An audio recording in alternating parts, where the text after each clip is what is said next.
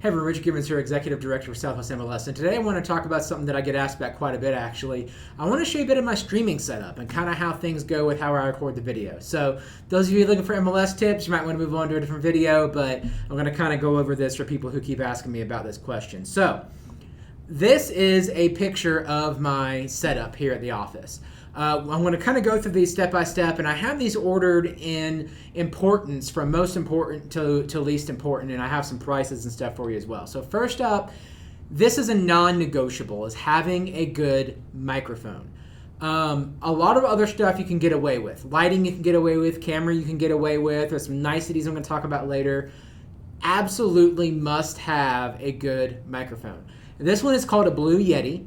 It costs about $100, and that should really be your bare minimum of what you're looking to spend on a microphone. Lots of other great options out there. Shure has some good microphone options. So does Rode. That's R-O-D-E.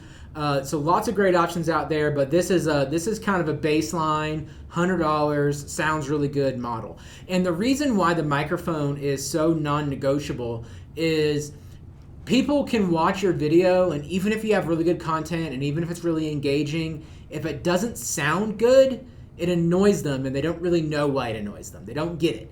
And so getting a good microphone is absolutely a non-negotiable. The next up is lights. So this is a set of lights by a company called, it's Neewer. I'm going to go with Newer maybe, I don't know. $36. And this is something you can do with a good set of lights. You can cheat a little bit and actually not have a great camera. Lighting is so much more important than a good camera. So even that's kind of the two that are your must-haves, is good lighting and a good microphone. Now, some tips for good lighting: you can always face a window, so you have the light coming at you from behind. So notice on my videos, my window behind me is always closed. That's because I want the light coming in front of me, not from behind me. So you can kind of cheat with that a little bit, but for these, there's a set of two of them for $36. Really can't beat that. The next thing up is what's called a Stream Deck. So look at this. So you have these buttons on here, these 15 buttons, and you'll see they have things. They have title, open, close, video, and A10, and then there's a little recording button there. And the reason this thing is important is I use it with a program called OBS. This is my OBS setup. OBS Studio is a free program. And you'll see down here in the bottom left, I have these different scenes. So I have a title scene, a desktop scene, an open close video scene, and a video only scene. And what the Stream Deck allows me to do is to change between my scenes. So my title scene is that blue one you're used to seeing. Open close is the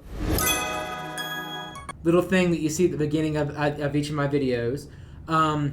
Video is when I have it like this, and then A10, which is something we're going to talk a little bit later, is what feeds in and has my screen share with me down in the bottom right. So the part with the A10 is 100% not necessary, but the Stream Deck makes it a lot easier where I don't do any post-editing on these videos. A lot of times in these videos, I come up with the idea, I get my screen and stuff set up, I pop it up, I record for 3 or 4 minutes, and I'm done, and I upload it to YouTube. No post-editing whatsoever. It's all done live using this Stream Deck to change those scenes for me as I go. So that would probably be next up, about $150 those run. This is actually a little bit older model. The newer one runs $150.